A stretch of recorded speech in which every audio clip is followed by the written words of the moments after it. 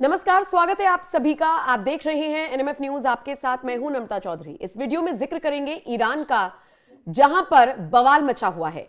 सैकड़ों की तादाद में मुसलमान सड़कों पर हैं और खामेनेई के खिलाफ हल्ला बोल कर रही हैं, ईरान की सरकार के खिलाफ हल्ला बोल कर रही हैं। उनका सीधे सीधे तौर पर यह कहना है कि ईरान पीछे जा रहा है आगे बढ़ने के बजाय। यहां पर लगातार महंगाई बढ़ रही है, अर्थव्यवस्था पूरी तरीके से चरमराई हुई है और इन सबसे इतर जो इस्लामिक कुरीतियां हैं वो हम पर थोपी जा रही हैं। आपको जानकर ताज्जुब होगा, सैकड़ों की तादाद में मुस्लिम महिलाएं बिना हिजाब के निकल रही हैं, संदेश देने का काम कर रही हैं कि अब कट्टरपंथी सोच और ये जो इस्लाम में कुरीतियां हैं हम इसको अपने ऊपर हावी नहीं होने देंगे। 2 दिन पहले हमने आपको ईरान की यही तस्वीर दिखाई थी और आपको समझाने की कोशिश की थी कि कैसे ईरान में लोग सड़कों पर उतरे हुए हैं। वो देश जहां पर शिया मुसलमान हैं, आपस में लड़ रहे हैं। और आज हम आपको बताएंगे कि कैसे तेहरान में आग लगाई जा रही है। वो तस्वीरें भी दिखाइए, आग लगाई जा रही है, तानाशाह के नारे लगाए जा रहे हैं और ये बताने की कोशिश की जा रही है कि ये लोग त्रस्त हैं। ईरान का जो युवा है वो त्रस्त है और वो कुछ बदलाव चाहता है। पंकज जी, अब ये लेटेस्ट विजुअल्स आए हैं, जलाया जा रहा है, आगजनी की जा रही है, मतलब सड़कों पर है युवा। पिछले 2 दिनों में जब हमने पहले वाला जो वीडियो बनाया था और उससे और अब तक कई मेजर डेवलपमेंट हुए हैं। जिस समय हम उस वक्त चर्चा कर रहे थे उस वक्त ये प्रदर्शन शांतिपूर्ण था और पिछले 2 दिनों में जमकर हिंसा हुई है। और जो ओपन सोर्स इंटेलिजेंस की रिपोर्ट है उसके अनुसार 50 शहरों में, ईरान के 50 शहरों में यह हिंसा हो रही है।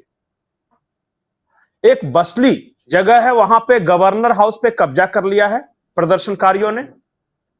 एक झंझर इलाका है, वहां एक यूनिवर्सिटी है, वहां के छात्रों ने पूरी आगजनी की है। और कासिम सुलेमानी, आपको याद है कासिम सुलेमानी का नाम? 2020 में बगदाद एयरपोर्ट पर इसकी हत्या हुई थी और कहा गया था कि इजराइल ने हत्या करवाई है, मोसाद ने हत्या करवाई है। तो कासिम सुलेमानी का एक बहुत बड़ा स्टैच्यू बनाया गया और उस स्टैच्यू में आग लगा दिया, उसको गिरा दिया प्रदर्शनकारियों ने। ये डेवलपमेंट है। और अब ये कहा जा रहा है वहां पे कि लोगों की नाराजगी तो थी और शुरुआत हुई थी महंगाई को लेकर, बेरोजगारी को लेकर, जो ईरानियन मुद्रा है उसका जो वैल्यू गिर गई थी उसे लेकर। लेकिन अब ये धीरे धीरे करके ये तख्ता पलट, रेजिम चेंज आंदोलन हो गया है। और कई शहरों में जो इससे पहले जो पहलावी जो साहब थे, जो यहाँ के शासक थे, उनके समर्थन में नारेबाजी हो रही है। और इन वीडियोस में जो आप दिखा रहे हैं, इनमें जब आप साउंड सुनने की कोशिश कीजिएगा तो डेथ फॉर अयतुल्लाह खुमैनी और पहलावी इसके ये नारे लगा रहे हैं। क्या मतलब है इसका? सारे प्रदर्शनकारी, तानाशाह मतलब कि अयतुल्लाह खुमैनी की मौत और पुराना रेजिम जो इससे पहले था उनको वापस बुलाओ। एक बार सुनवा देते हैं, तरह के नारे लग रहे हैं, सुनवा देते हैं ताकि दर्शकों को भी समझ में आए। एक बार सुनवाइए विजुअल्स, चलाइए फुल फ्रेम।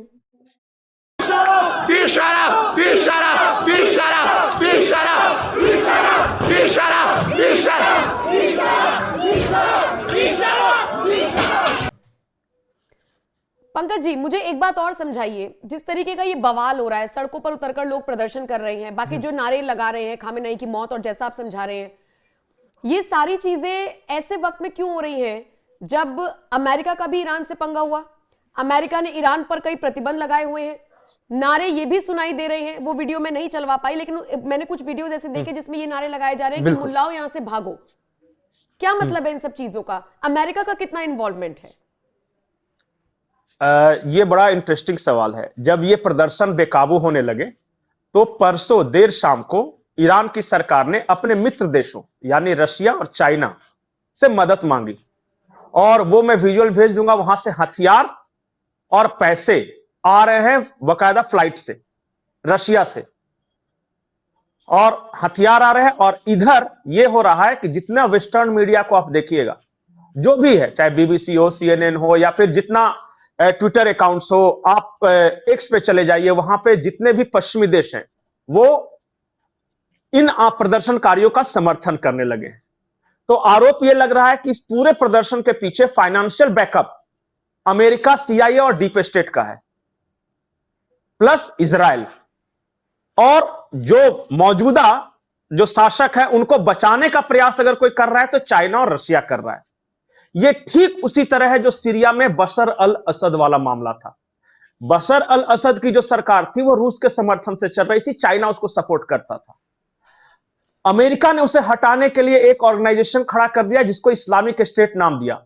शुरुआत में इस्लामिक स्टेट का भी आंदोलन था जो वहां बड़ा शांतिपूर्ण था, लेकिन फिर धीरे धीरे धीरे धीरे वो मिलिटराइज होता गया और फिर वो विद्रोही आईएसआईएस के लड़ाके अब बशर अल असद में कम से कम 2.5 साल युद्ध चला। और उसके बाद तब बशर अल असद हारे दूसरे दौर में, पहले दौर के आंदोलनों को कुचल दिया फिर हारे। लोग ये बोल रहे हैं कि ठीक वही एक्सपेरिमेंट ईरान में दोहराया जा रहा है और रेजिम चेंज जो अमेरिका की पॉलिसी है वही ये कर रहे हैं। यहां पे एक चेहरा है पहलावी, वो अमेरिका में भाग के है, इससे पहले का जो शासक था। और ईरान के स्टूडेंट को वेस्टर्न मीडिया ये बताया जा रहा है कि पहले देखो तुम कितने अच्छे थे और अब देखो तुम्हारी हालत क्या हो गई। और यंगस्टर्स इससे नाराज है। जिस तरह से बांग्लादेश के ढाका में आपने देखा होगा कि शेख हसीना के बिल्डिंग में घुस गए वो सब, श्रीलंका में देखा होगा कि राष्ट्रपति भवन में घुस गए हैं, और इस तरह के कई देशों में आपने देखा है। अब वही शुरू हुआ है ईरान में। डायरेक्ट अगर ईरान के साथ वॉर लड़ेगा तो पता नहीं कौन जीतेगा, फिर वो वार लंबा चलेगा, वो रशिया यूक्रेन वाला मसला हो सकता है। लेकिन अगर अपने फेवरेबल गवर्नमेंट वहां एस्टेब्लिश की जाए अयतुल्ला खुमैनी को गिराकर, तब काम बन जाएगा। और इस काम को करने के लिए थ्री स्टेप स्ट्रेटजी है। पहला स्टेप यह है कि सैंक्शंस लगाओ। सैंक्शंस लगेगा, हाँ सैंक्शंस लगेगा, व्यापार कम होगा, व्यापार कम होगा तो उस देश की अर्थव्यवस्था खराब होगी। दूसरा स्टेप यह है कि उसके दोस्तों से काटो उसको। आपको पता है कि अभी कुछ दिनों पहले अमेरिका ने कहा था कि जो भी भारतीय कंपनियां ईरान की किसी तेल कंपनी के साथ कारोबार करेगी तो वो उस पर हम सैंक्शंस लगा देंगे, तो मुकेश अंबानी वगैरह पीछे हट गए।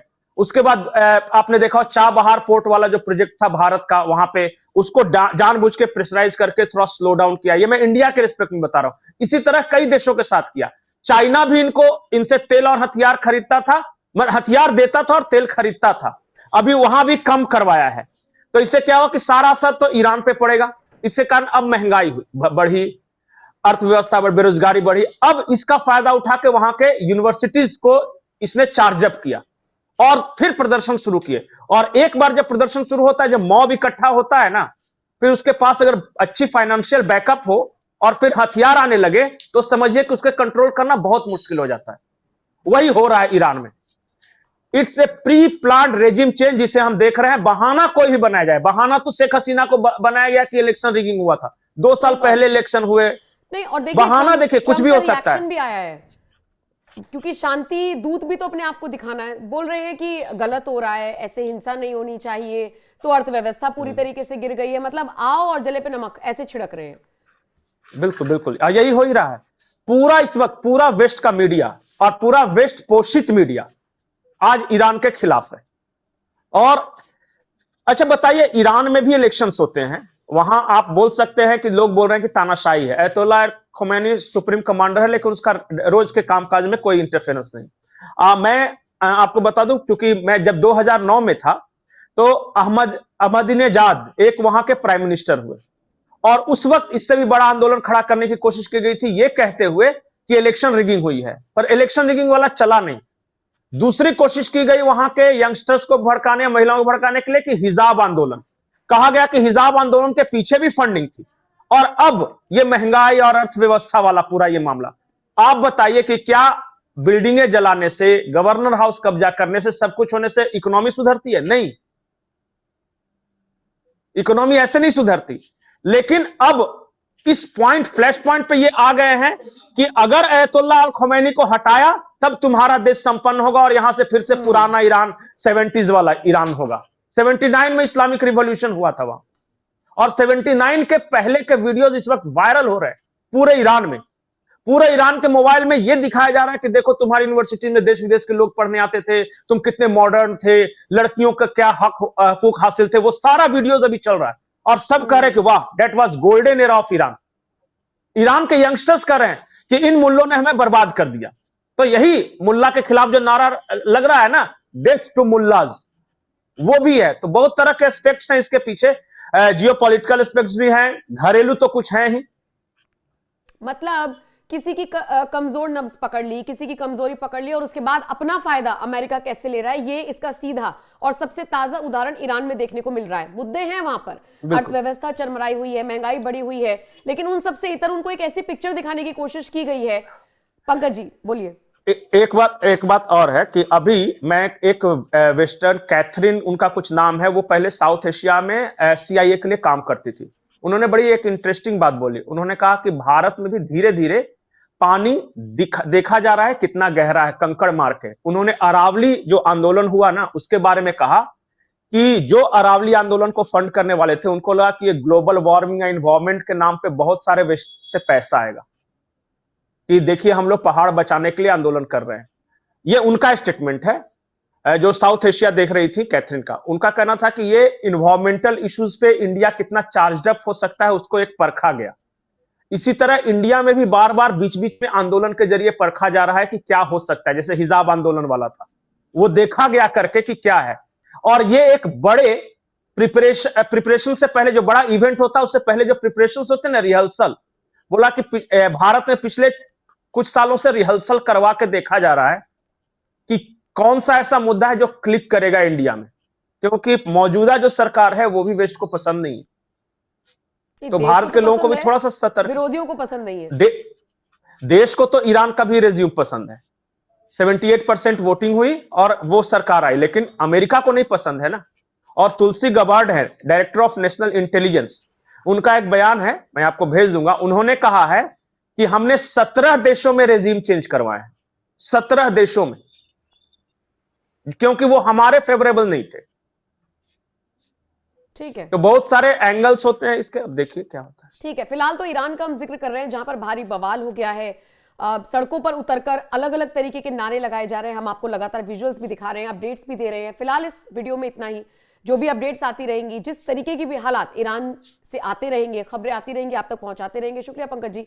बाकी ये खबर आपके हवाले, कमेंट सेक्शन में बताइएगा जरूर आपका इस खबर पर, इन हालातों पर क्या कुछ कहना है। और बाकी अपडेट्स के लिए NMF न्यूज की वेबसाइट का रुख भी आप कर सकते हैं। बहुत बहुत शुक्रिया।